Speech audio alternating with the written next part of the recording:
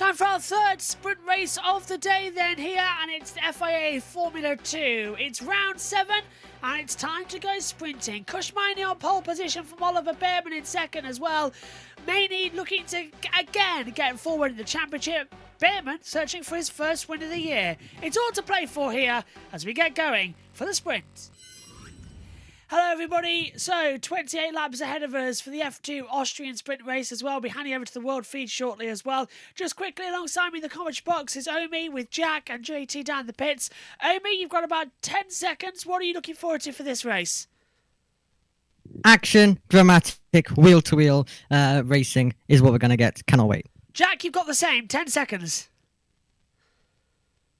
Racing and action. That's pretty much all there is to it in F2. JT, the same 10 seconds for you down in the pits. What have you got? Chaos. Nicely done. Let's hand over to the world feed. Here it comes then, here in Austria.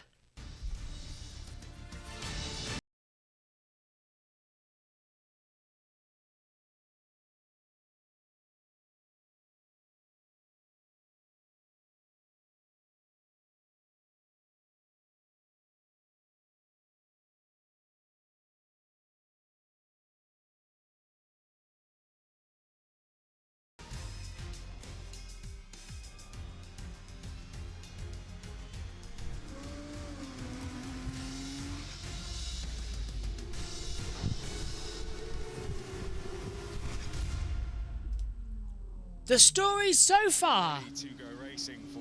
Okay. Welcome to FIA Formula 2 here at the Austrian Grand Prix. It looks as though Sky have come on incredibly late. They decided to play an advert and joined the world feed very late. So that is very bizarre from them. But away we go on the formation lap. Here's your running order then. Kushmani on pole with Oliver Bearman in second. Jose Maria Marti is third with Isaac Hadjar fourth. Taylor Barnard is fifth. Paul Aron in sixth.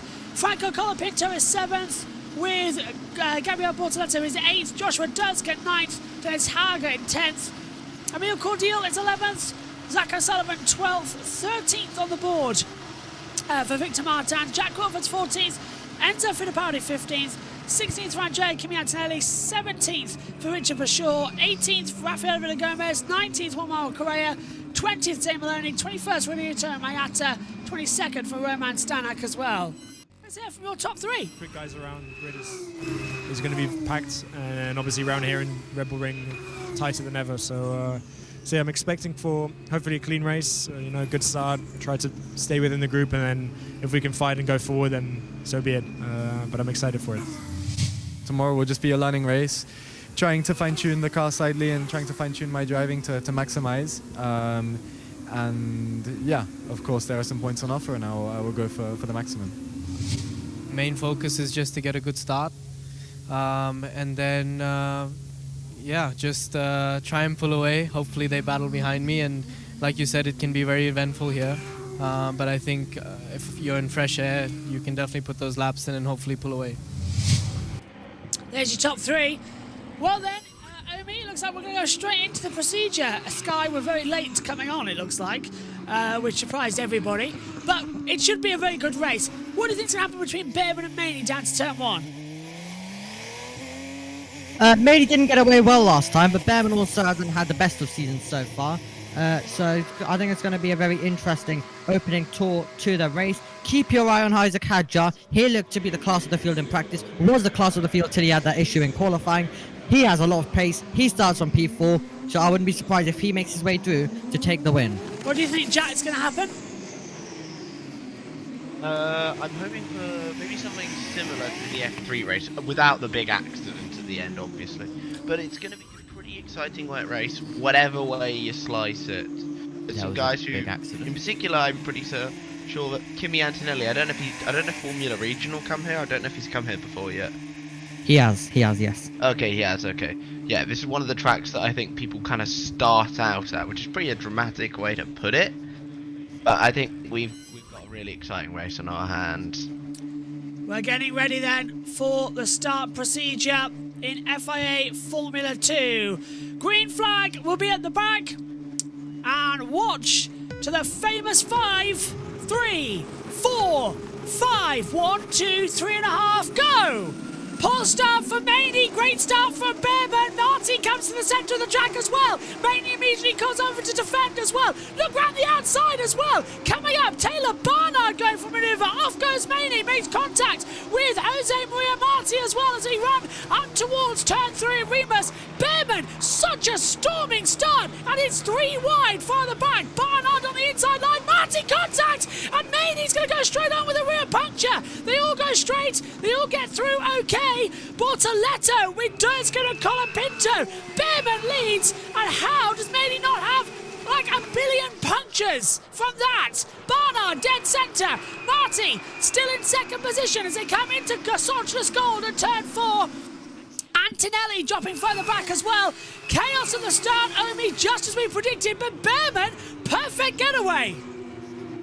Perfect getaway indeed, and he has got the lead. Taylor Barnard trying to go round the outside of Cushmaney. Aaron squeezing out Franco Colapinto as well. But yes, great stuff there from Dirksen, who was trying to go all the way round the outside, and it was 3 wide heading down to turn 1. Barnard is still going to have to try to defend. Aaron's going to have an opportunity, but this is exactly what Behrman wanted because they're battling behind. He's got a gap. Portoletto tries to get past Colapinto. Someone's in for the gravel. You can see who that was as well, coming back through. Might need to turn your volume down just a touch, Omi, now actually. So now you're massively loud. So it's all going crazy out there. Now we see it's Behrman, Marty, Maney, Barnard, but Barnard's on the back of Maney as he comes through to turn 1. Bortoletto's got his nose up the back of Franco Colapinto as they come out of turn 1. Up now we go, and again, Jack, it's such a constant start, but here comes Bortoletto around the outside, trying to look at Colapinto, and it's now up to turn 3. Late on the brakes, such heavy fuel loads, remember, on these cars, and they're brand new this circuit with the DRS enabled. This is going to be quite chaotic as they head down towards turn 4 at Sauceless Gold. Brilliant start there, Jack. Behrman leads the way by over 2 seconds now. Yeah, absolutely ecstatic. Not ecstatic, wrong word. Exciting start. I mean, Behrman getting a brilliant, well, pretty much almost perfect getaway in a season where he really just needs those points. He's had such a poor season outside of his amazing F1 debut, which kind of scares me because he's the first F1 driver to be younger than me. But it's a brilliant start. I don't know how the hell Miney does not have a puncture there. I think the contact there was with Marty. Like, that's actually insane luck. Like, that took off, I swear, a big chunk of Miney's wing. And now Miney's going to also be probably hindered quite a decent bit by that. And Marty as well. But yeah, brilliant start from Behrman. And he leads the way. Isaac Hadjar has fallen down the order. He started 4th. He's now down in 12th position as well. Terrible start for him, losing 8 places. Paul Aron in the high-tech chasing as well at the moment, but he has got Bortoletto directly behind him. Behrman just taking off at the front exactly how he wanted to in this one as they come up in towards turn number 3 round the outside. Bortoletto nearly getting into contact with Taylor Barnard. Aron stays ahead and then moves up into 5th position. Bortoletto then tucks back in behind, tries to pull around the outside at the same time. Barnard goes on the outside of Cush Miney into Sauceless Gold. It's literally Invicta everywhere you look. And it's Maney in 3rd, Barnard 4th, and Aron does deal with Bortoletto, Omi. So now I think it's just Barnard's to lose. He's got such a gap at the front with a perfect launch. Yeah, Behrman with a 2.1 second advantage there as well. He's got the fastest lap so far. He's had so much clean air in this one so far, but you do have to keep the tyres. A bit less of an issue compared to Barcelona, but Aaron versus Bortoletto. Interesting scrap with Colapinto on the back. So is Joshua Dirksen. They're not separated by anything right now. All of these drivers in a train, but yes, Maney coming under a bit of pressure from Barnard. He's going to try to get inside the 1 second though. Is Miney of Marty, and that could save him. Now Maney has the fastest lap of the race, but yes, we've had a chaotic start to the race. Antonelli right now running in P14. Maloney's had a terrible start. He's dropped 4.6 seconds behind as Bortoletto looks to attack Paul Aaron as we make our way up the hill now towards turn number 3. Here we go once more. It's another DRS zone. Maloney with that fast lap down 22nd position, as you say, up into turn 3. This is Remus. And then it's 63 metres from the lowest point in turn 1 to the height. So strangely enough, turn 1's uphill, but it's the lowest point of the track. It's still bizarre how it goes here at this place, but that's the Styria Mountains for you as well. Turn 10's at a higher point compared to turn 1. It's weird how it all works out. We can see the elevation, how it swoops down as we race up the side of a mountain. It really is one of the most picturesque starts. Here's lights out though, Omi. Yeah, Miney, similar story as last week in the sprint race in Spain. He doesn't get any drive off the line and immediately has to cut across the two campos. As Behrman goes through up on the inside, Dirksen was the car all the way around the outside, getting close with Colapinto and Bortoleto. So that was a three-wide moment there. Fittipaldi going around the outside of Kimi Antonelli in the mid-pack as well. And then we had Correa running slightly wide, but this is where it got really close. And you can see there's going to be a bit of contact there between Martin. So that's... He muted that mid-sentence for a swear word. What was he doing, indeed? Let's take another look at it. So, 5 wide further back. I think Barnard squeezed Marty, though. And as Jack said, that's incredibly lucky that there was no puncture for Kush Miney. And this is Miney. No, this is Bortoleto having an attack on Paul Aron. Oh, and Aron went defensive. But... yeah, oh, and Barnard was just too slow in the braking zone. So you always get like, it's like a magnet, reels you in that braking zone. But how much traction is he going to lose, Jose Maria Marti, with no front wing fender? Now, how much time is he losing already? 1.8. Behrman now is going to have to be saving tyres. It's a 28 lap sprint, remember. It's not a full distance. You have to... I'll be tomorrow when we pit. It's a long old sprint race, this one. What I find really bizarre is that the F2 sprint race is longer than the F1 sprint race. How does that make sense? Still doesn't, does it? Doesn't. Mainly Marty incident has been noted for turn 3 incident. Fast lap now. Behrman's losing quite a bit of time. Yeah. To say the gap was 2.2, now it's 1.3. Yeah, he's losing time hand over fist now, hasn't he? And Mainey's got the fast lap, 1:19.246. So the F2 race is 1, 4 laps longer, and 2, takes longer to complete a lap time than F1. So I don't get it. Someone will have to explain to me why. I know that Formula 2 is 5 laps shorter than an F1 distance overall the 2 races, but yeah, it just doesn't make sense to me. And I think F3 is 10 laps shorter than F2, so kind of how it all progresses forward with the amount of laps we do. 45-minute though race this one, 37 left on the clock. And we always reach just about the cusp of it as well. Barnard v Aron, battle for 4th. The AIX versus the high-tech. Still struggling to hold the gaps between them. Behrman though, 1.3 seconds ahead. If you're joining us, by the way, reminder of why we just got this little break before they get into the next DRS zone. Coming up after this, the MotoGP sprint race as well will be live, and then it's F1 qualifying. And then at the same time, Formula E practice 2 at 3:25. That will be from Portland. Can Bortoleto get ahead of Paul Aron? Exit of turn 1. DRS gets open. Down the straight we go. It's all of a curve, and with a kink that you count as turn 2 here. And then turn 3 up at Remus. It was modified for MotoGP. Hasn't really been needed as Aron dives on the inside of Barnard. Bortoleto can't find a way through, but now that's released Aron to chase after the top 3. Indeed, Barnard will try to fight back, though no DRS for him. Let's see if Volta can try to also get through. Has a look to the inside, goes to the outside. No way through though from the Brazilian driver. 6 tenths between second and third. A second between the top 2 though. Marti getting onto the back of Behrman. So Prema's race pace struggle seems like it's continuing now. And could Behrman be coming under a bit of pressure very, very shortly by Marti, who had a great round 1 of the season. Hasn't been as great since then. Let's see if today is the day that he can change that. Few slides further back. Everyone just making it through okay. So Behrman by a second to Marti now, and that gap did stand at 2.5. So Behrman's backed off a bit. He's on everyone on the soft tyres. I don't think anyone's gone for mediums in this one at the moment. There's no mandatory tyre in Formula 2 sprint races, but there is no mandatory pit stops. That comes to the race tomorrow, where you must use both tyre compounds, the softs and the hards, as they come back in. And Marti is apparently being told that he needs a new front wing. So where is... well, he's in second position still. So Marti isn't losing that much time. So I don't know why he's being told it is a new front wing. I was just saying from Chris McCarthy in the back of my ear. Here comes Franco Colapinto though. Round the outside line, looking for a move on Gabriel Bortoletto, and Colapinto squeezed off ever so slightly.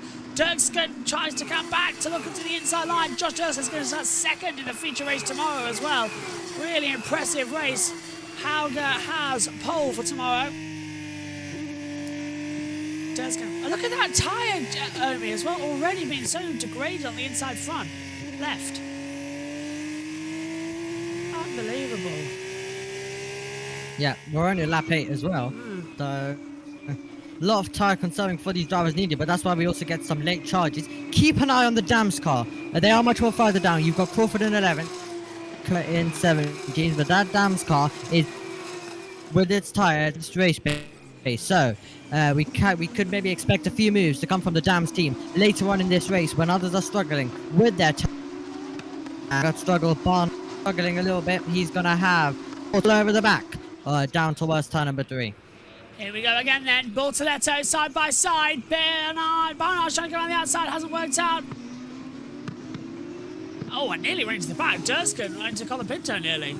So the two IAX cars hoping to just make the finish as well. Durskin second is already a good race. But remember, Barnard retired in Catalonia a week ago. He's looking now to have a much better attack and better fight as he pulls out of the exit.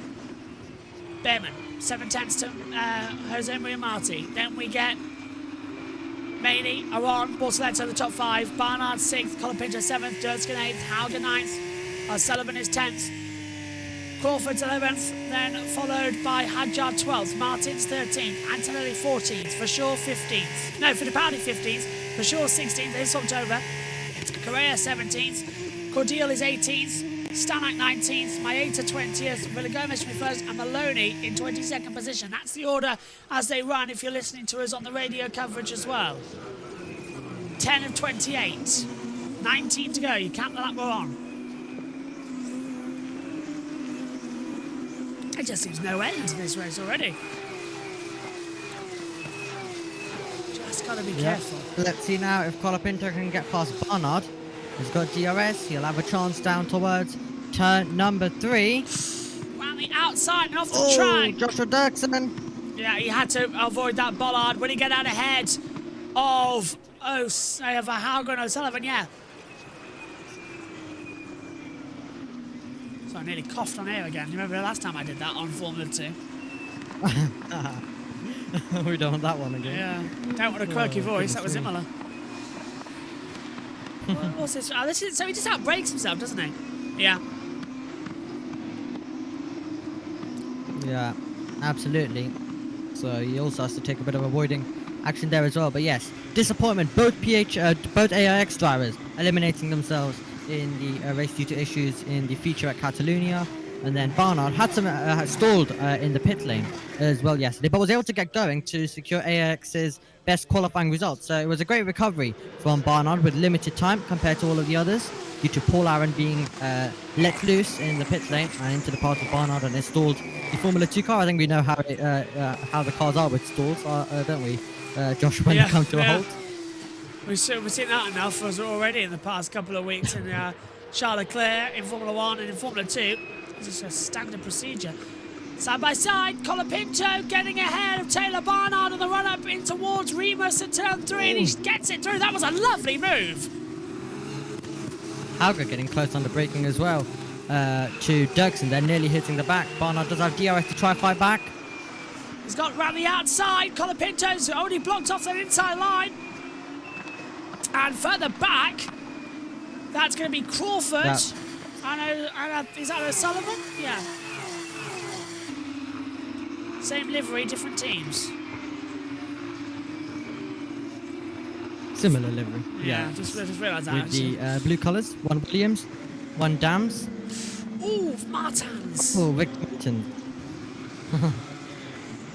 Track limit warning there for him. Yes. Last time in the sprint, of course, taking the victory. Then F2 returned back to normal for Martins in the feature last week in Spain with contact on the opening tour with Hauger. Yeah. He will be on pole tomorrow as well. So keep an eye on him if he can convert it into victory. A year that really counts for Dennis Hauger. He needed to really fight for this title. And we'll see if he can do anything late, because this season seems wide open, and whoever becomes the championship leader seems like they're starting to make errors. So it's completely wide open. It was Maloney first, now it's Aaron, but Aaron's made 2 mistakes already.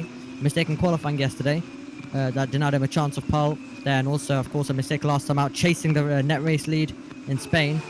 So it seems like the pressure is really on, so if you can get it right, it still could be your year. Someone's slow on the run out of the back straight there, just pulling in. So who's behind Antonelli? For sure. Just pulled off a little bit. Looked like he was trying to shake something off the car. He's kept going there. Keep an eye on him. 4 tenths behind Antonelli at the moment, down in 16th. Rashaw's been unlucky a lot this year. How? Yes. It's a rocket ship. Not heard that a lot this year for the AIX cars. Usually it's more like an exploding rocket ship. Dirksen's done well, and yes, he got a lot of criticism at the start of the season. He probably he shouldn't have deserved, but he's come in and he's made the most of the opportunity. A podium at Imola, and the scenes at Imola were crazy when he managed to get on that podium. Of course, carrying the hopes of a nation of Paraguay. Now he's about to try and overtake his teammates. So about to get close between the 2 AIX cars now as well. But yes, it's great to see Dirksen and Barnard both doing well in AIX. Yeah, it really is. Doing the name proud as well, isn't it? JT and me will be thinking just the same thing. To have Joshua Dirksen in here. Joshua Dufek, of course, in Formula 3. We did Josh in F1 as well. That would be quite nice to see. Although I think we've got a Joshua in the film coming out with Brad Pitt, if I'm not too mistaken. I believe there is one of the main drivers is called Joshua. So if ever I want JT, hey, if ever we wanted a film that we could put ourselves into, I think the Brad Pitt one coming out next year is going to be that one. So that's 13 and 28 coming up on halfway. Yeah. Didn't work out for Joshua Mason last season in F2, did it? No. He caused us issues. I'm going to politely decline and say Martin. Yeah, unless they have a rocket ship, if they keep driving like this, they will all fall off. So why is everyone saying that the 2 AIX cars are rocket ships? That's Marty and Hauger now saying about the same thing, and they're different teams. So are the AIX standing for rockets or something like that? Bearman versus Manias are going on. Here we go between now the 2 AIX cars. They're not going to make it hard on each other. They know they need the points, and Dirksen gets ahead of Barnard with ease. They'll work together in this race. You can see, look, DRS open now for Barnard. And he's going to attack Dirksen back again. Am I about to eat my words? No, they're very respectful to each other. Max Verstappen, by the way, who did that move on Lando Norris down there at the inside line, and when Norris lost the lead, Norris has said he's now mentally noted that he will not give Verstappen an inch into turn 4 if he has that tomorrow. So game on. Game on, indeed. But yes, these 2 teammates who were close to contact earlier this year in Saudi Arabia in the sprint that we held, the sprint contest for Formula 2. They were close to contact then. A little less this time around. It was a race, of course, that was won by Rashaw on track, but disqualified. And Rashaw's been unlucky this season. He's just maximizing experience in this category. And this is probably his last season. And it's disappointing because he should have had 2 wins this season, but he's not got neither. 1 disqualification and 1 robbed off a victory in Monaco. And he could have even, and yes, O'Sullivan's strategy would have also played a part in that. But at the same time, Rashaw probably would have had a few seconds up the road before the issue started. So he might have even come out ahead of O'Sullivan. So it might have not even meant anything, as Hauger's now looking to try get past Barnard. This was the same thing I did. They were very close coming out of turn 1 up the hill into 3. And Hauger 4 tenths behind, not so far looking for a move. Unless he sends a very late dive bomb. He's too far back there, coming into Sochi's Gold at turn 4. It's one of my favourite racetracks, Austria. Really is. I said it's up there. I'm in a string of races I absolutely love. I love Monaco, love Canada, love Spain, love Austria, love Silverstone.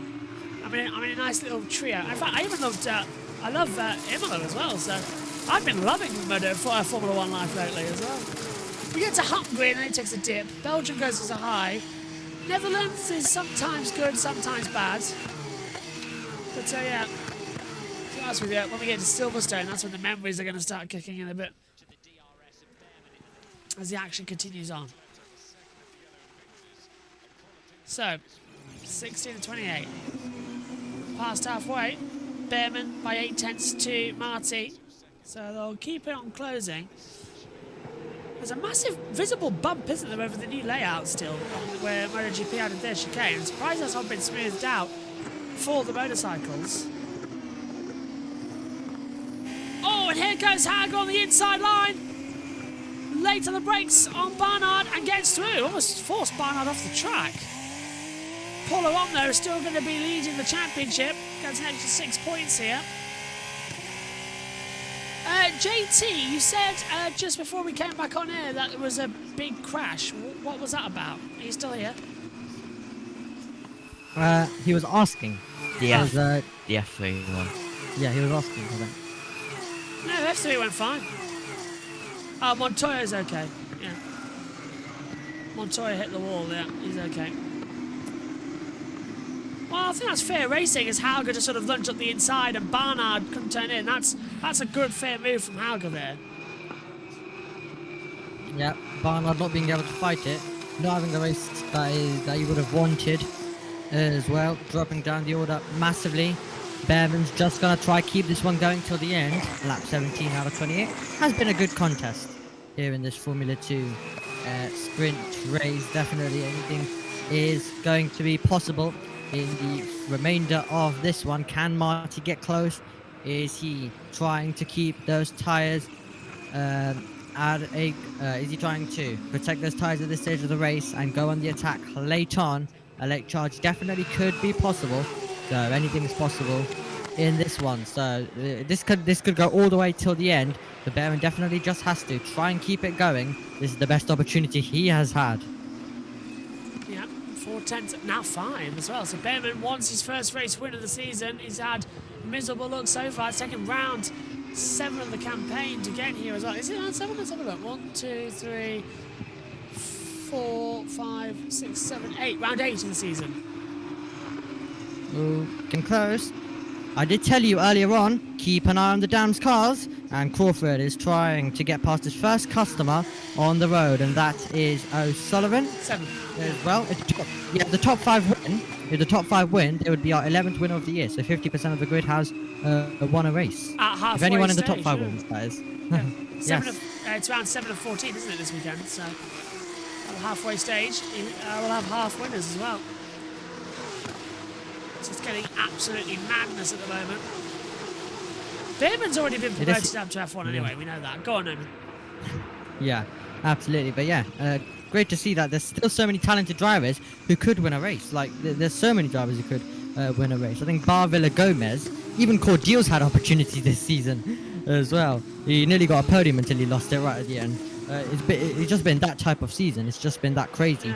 Where the top 5 right now all haven't stood on the top step of the so far. Even championship leader Paul Aaron, who's just been consistent, and that has kept him up there as well. Think back to A absolute So go on, Eamon. start, didn't he, as well? Yeah. Agile Yeah, he did, yeah. from 4. Think about back to Imola, where Cordial was leading the race, came in, and then rear tyre failed, and then Marty's rear tyre failed at the same time, and they both went flying down the pit lane. Shades of 1994 when that happened as well, during the Grand Prix. Not many happy memories for that one. In fact, none at all, thinking about it. 10 to go. I think of something good that happened that weekend, but there isn't. It was all black in 1994.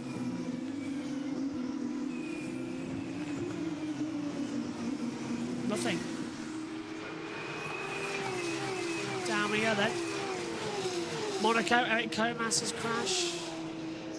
Morbidelli as well, an accident there as well. It was all massively bad as Colapinto dives up the inside this time and he's got ahead of, well, where is that? Who were we looking at there? Is that Crawford and O'Sullivan? Yeah, it is. So O'Sullivan getting ahead of Barnard. There we go. Stupid timing tire didn't update. Timing tire has been about as useful today as a chocolate teapot. It's tasty, actually. Oh yeah, no doubt. But yeah, you can't make tea. Oh my word, what a move. That was fantastic as well. So Sullivan up into 9th. Crawford round the outside of the Vudge curve gets ahead of Taylor. Barnard down into 11th position as well. The move that was pretty much inevitable. Barnard was put into a position where he had to back out of it as well. Hadjar in 12th. Let's take another look at it. So that's Behrman. So getting past these ones. Aron sliding around. Yeah, we don't want to look at that. Do you know, I really want to punch the television screen at the moment. Form's direction today have been very much off the whole time, and even using their driver trackers and that lot. It's so frustrating trying to enjoy a Grand Prix when the cam work is as bad as Fox Sports. Right, down we go into turn 4 again in Sochi's Gold. Instead of following that, we go back to a battle that we should have been watching from the start. As Colapinto and Dirtskin closing in. And Dirtskin has a poor exit. And that's going to benefit Colapinto. Seriously, want to punch the monitor. It's so annoying. They're not giving... Look, we've just come to the tail of the field. Back to the front again. There's no... And what's this? No seamless shots at all. Come on! As I'm now going to get on a T-shirt, Stevie Wonder can direct better than this.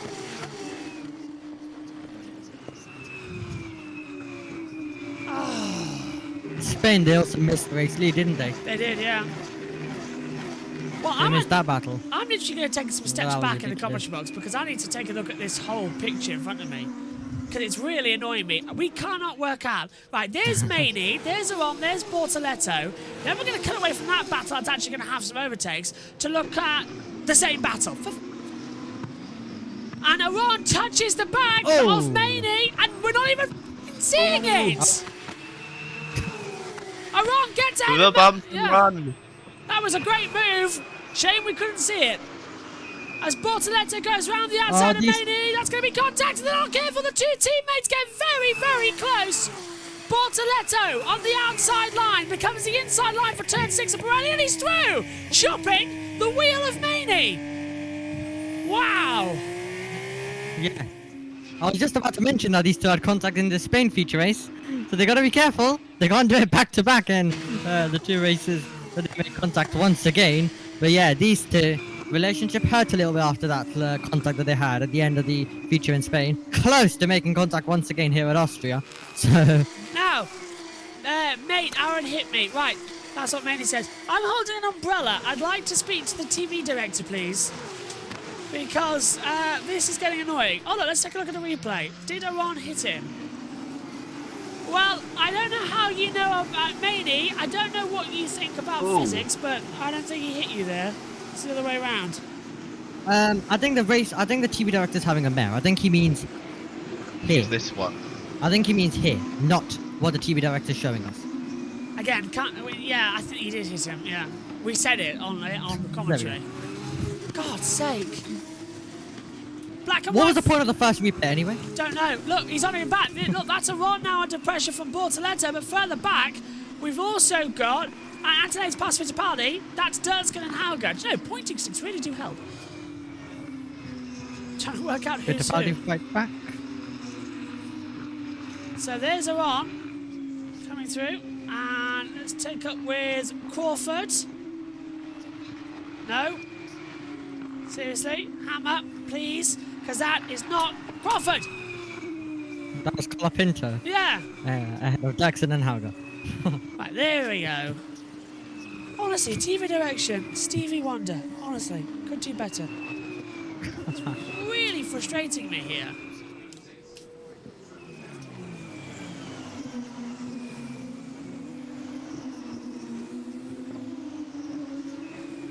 I think the point of the first replay there, just to let you guys, let you guys know, the point of the first replay showed that the two teammates touched. Oh, right, okay. That's my contact. There was some contact between Maney. Maney's drifted into Bortoleto. Maney was the one on the inside, right? I think. Yeah. I think he drifted into the side. There was no damage. It is contact. For me, though, that's under the bar of what... And even Aaron's, for me, is kind of on the bar of what I like to call just negligible contact. I'm like, yeah, it didn't really do much. Yeah. I don't think it'll be penalised, but we'll see. Look at this! I mean, Look the at this! staff... Hang on, sorry. Oh. Look at the graphics. They're saying it's a Ron and Bortoleto. It's not. It's Dirksken and Hauger. They are showing us the Ron information. Dirksken holding... And now we've opened it up on a different...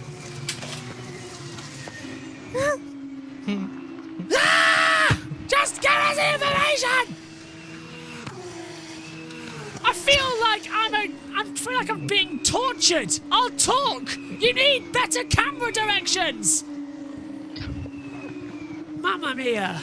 Only imagining what you would have gone through if it was the ARCA Mid-Ohio broadcast. Oh, I would have. If this is you after this, the ARCA Mid-Ohio broadcast, you would not have survived. They cut to an ad break before the burnout. That's how bad it was. I would have We shot missed the myself. burnout. It's not that they were very good, they were terrible. He crashed into the wall. Still. And we missed it live. Poor. Oh, for God's sake, now we've just cut away because Hauger's dived up the inside line, got ahead of Durscombe. We didn't even follow that manoeuvre because we were looking at Sullivan on a super close-up.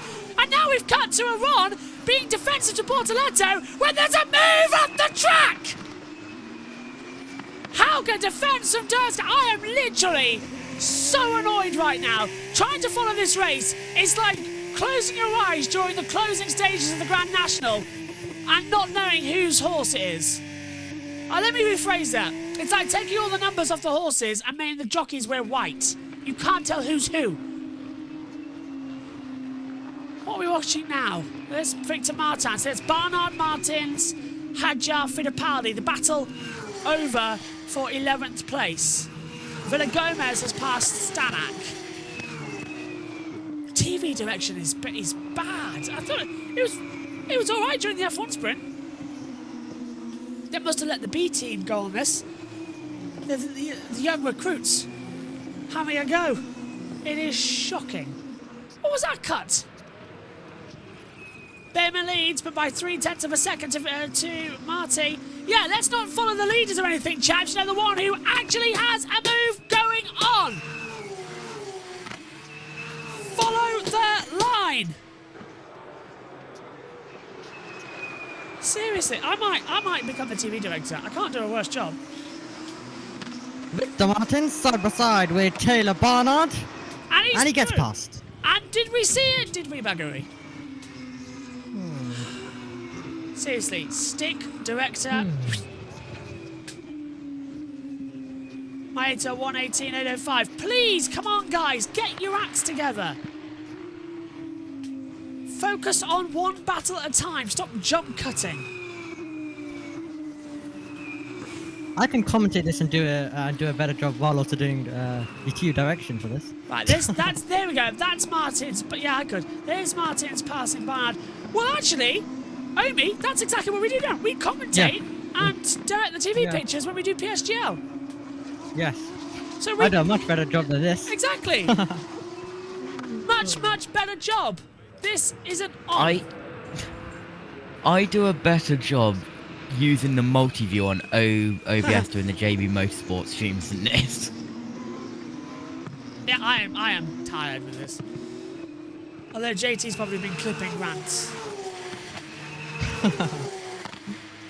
No, I am trying to master the Japan stage on Roblox Rally Racing.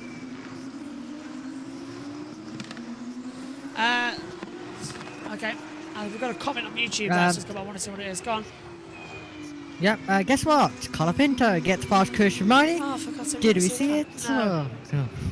We're watching Paul Laurent defend for Bortoleto for the final podium spot as well. What time is it over there in America right now? Does anybody know? What, Eastern? It'll Yeah. be 6, I think. I want to say 8. Yeah. Hold on, let me think. Eastern, it would be 8. 6. 8 Yeah. o'clock. Sure? 8 a.m. Yeah, 8 AM. Yeah, 8:08 in Eastern it would be. What time Pacific? Pacific would be 5. Thank you.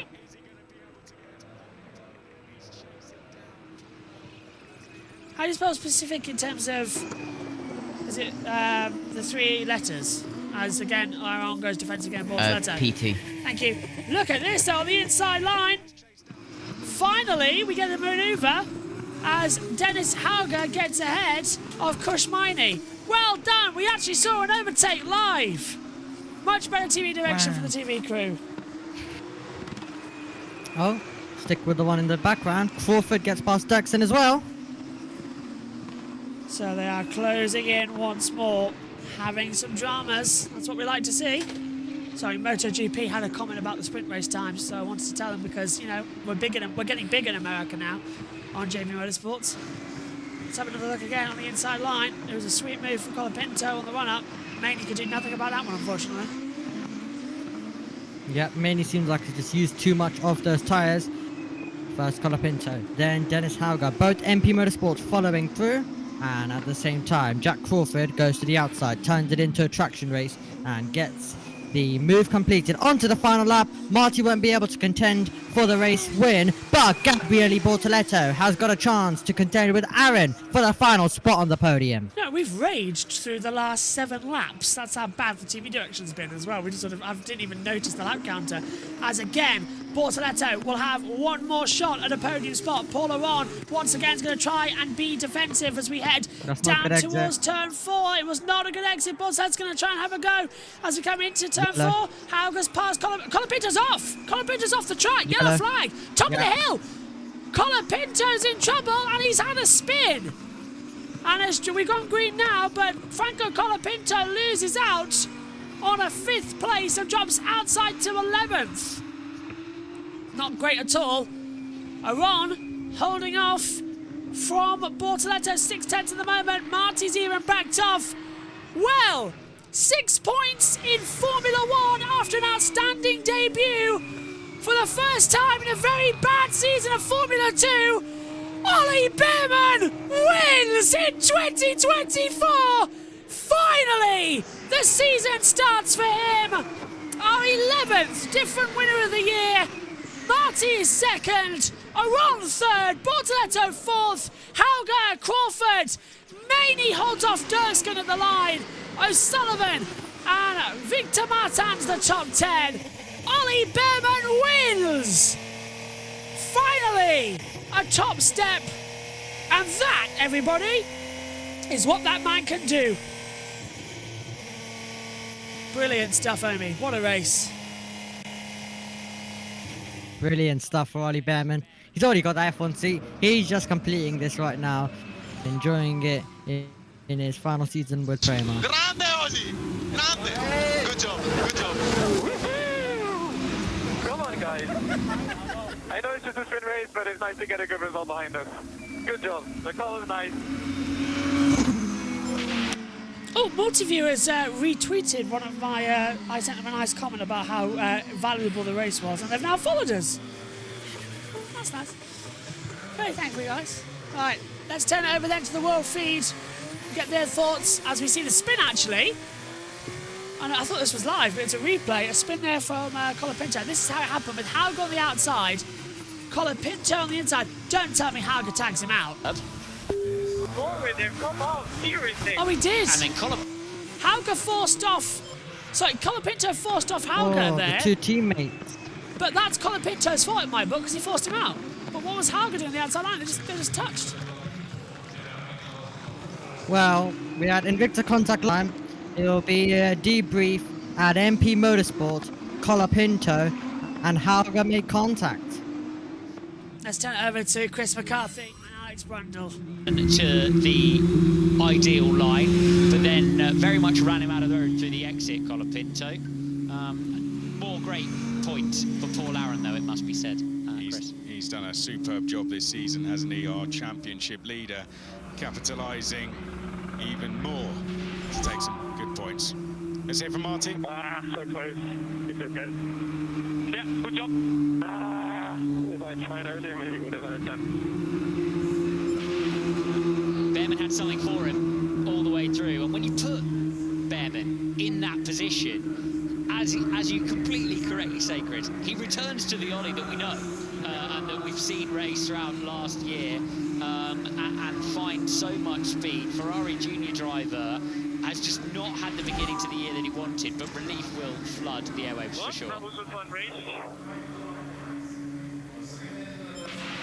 I agree. I have to agree with it. It was. Well, here comes Ollie Behrman. It will be his 5th win in Formula 2, but a long-awaited first in the 2024 season.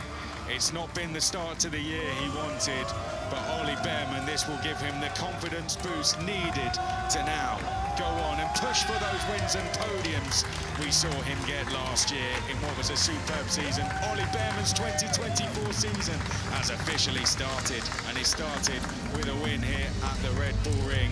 A composed drive, a controlled drive in the end, pulling a gap of 1.7 seconds over Pepe Marti. And Ollie Behrman has arrived to the top step of the podium in Formula 2 this season.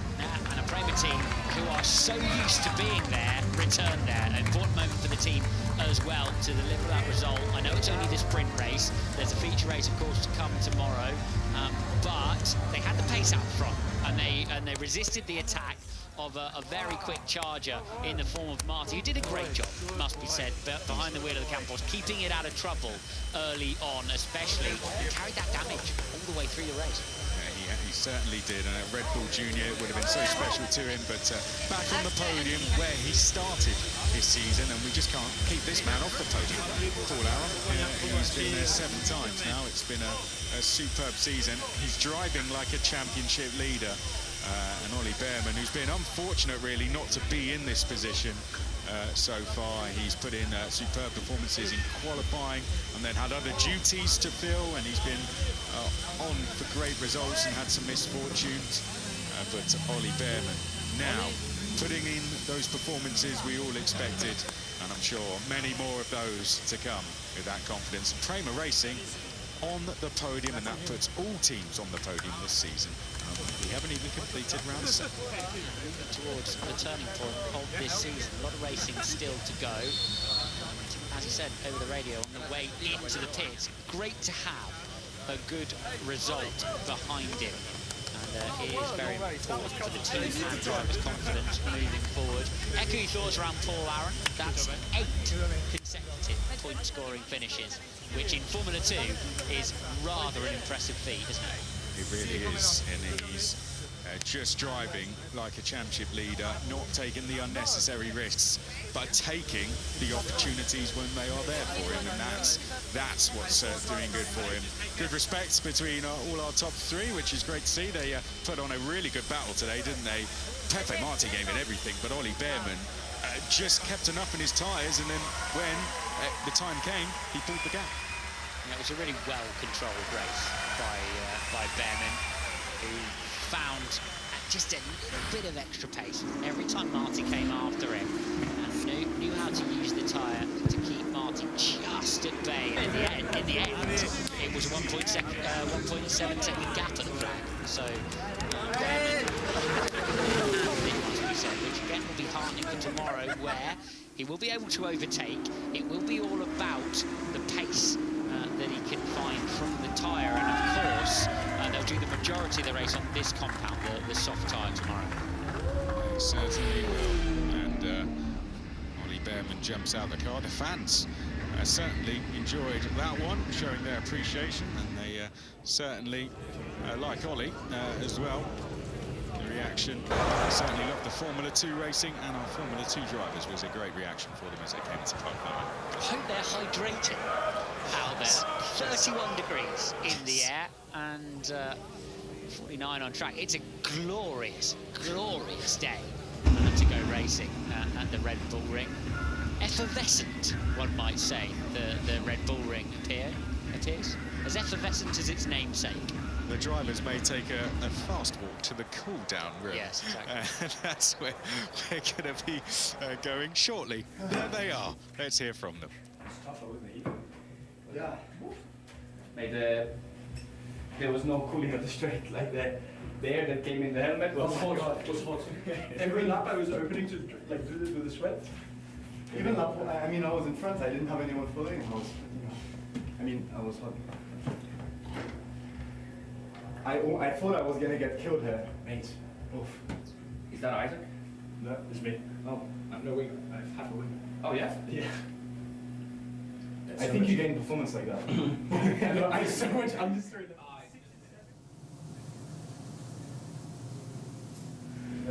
Well, I never took you. Hey, everybody was saving, and Gabriel was flat out. But he didn't deck. Huh? But he didn't deck. No. He was still fast at the end. Yeah, but he was flat out the whole race. Oh, this water is terrible. It's like sparkling. It's like half sparkling. It's not forced. I don't think you're supposed to say that. It's like it's the truth. I'm still half sparkling. Some laps I was deep in. I will spin in the third. 53. Oh, teammates? Yeah. Oh god. Hello. That's not good. Pepe, did you calm down on the last lap, or why did you drop off? I just last lap, when I was already after the DRS. You started getting close to me 4 laps ago, and I was like, screw you, I'm gonna start pushing. I don't know, maybe. We were doing 20.1, I'm like, oh, for sure he's dropped it. Ollie Behrman readjusting to the cool down room and the things inside. The water's changed since the last time. I hope they're not a sponsor. I'm sure it's lovely. I think Pepe Marti enjoyed it. It's needed, as you said, isn't it? Pepe Marti talking about how the sweats coming off the drivers was becoming a factor in that race. The George Russell effect, isn't it? Bit of sweat inside the visor. Good to see him working for it out there. It would have been a tough race. They've got a long way longer to go tomorrow. And they don't look too bad, do they? When they jump on the podium, all in a day's work for these Formula 2 laps. It's done its job, hasn't it? Paul Aron comes out onto the podium for the 7th time. And it's been a little while since Pepe Marti been out there. It seems a little while ago since the first round in Bahrain. He's had to work incredibly hard to get back here and suffer some misfortunes. That will feel very good and well timed in the Red Bull ring. And as for Ollie Behrman, well, a performance we all knew that was in it. Let's go to the anthem.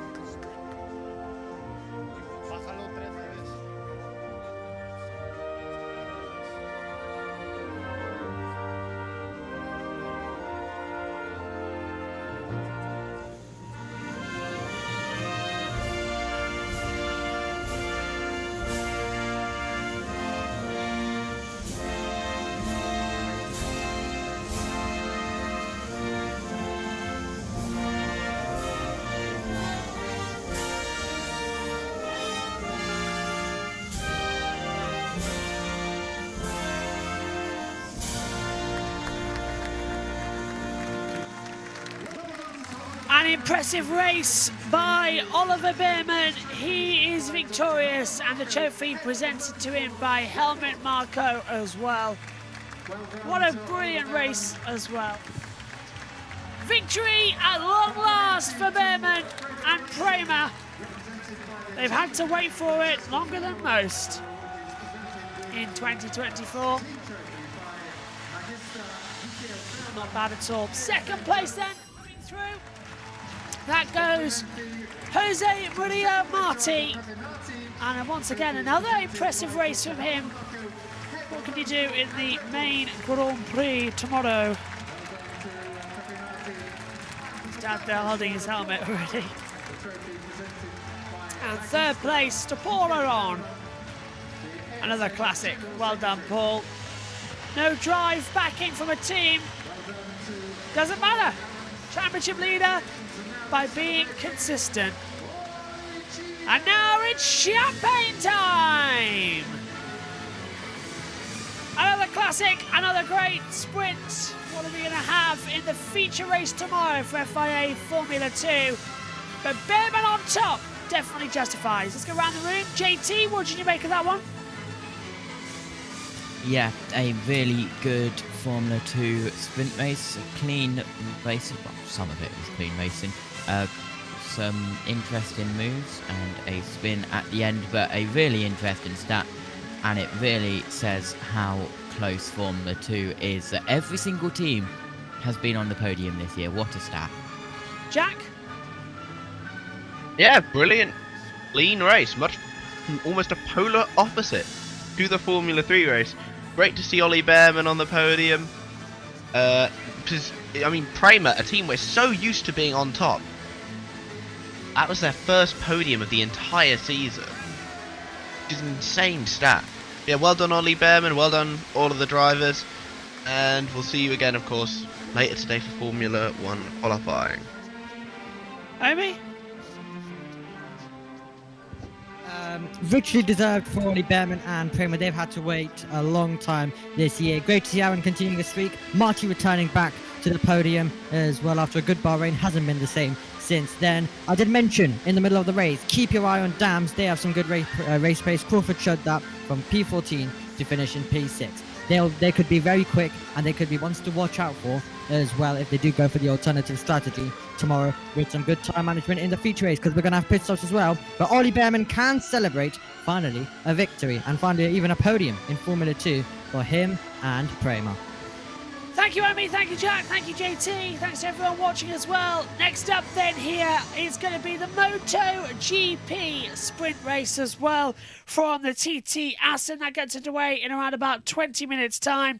Then it's going to be straight after that F1 qualifying as well from 2:45 British Summer Time. At 3:25, Jess was going to take you through the Formula E second practice session with the World Feed from Portland. 5:30 for qualifying there, and 9:30 for the race. Behrman victorious then. We'll see you for the feature race tomorrow and later on for F1 qualifying. Next up here on JBMotorsports, though, it is going to be MotoGP. We'll see you shortly. Bye-bye.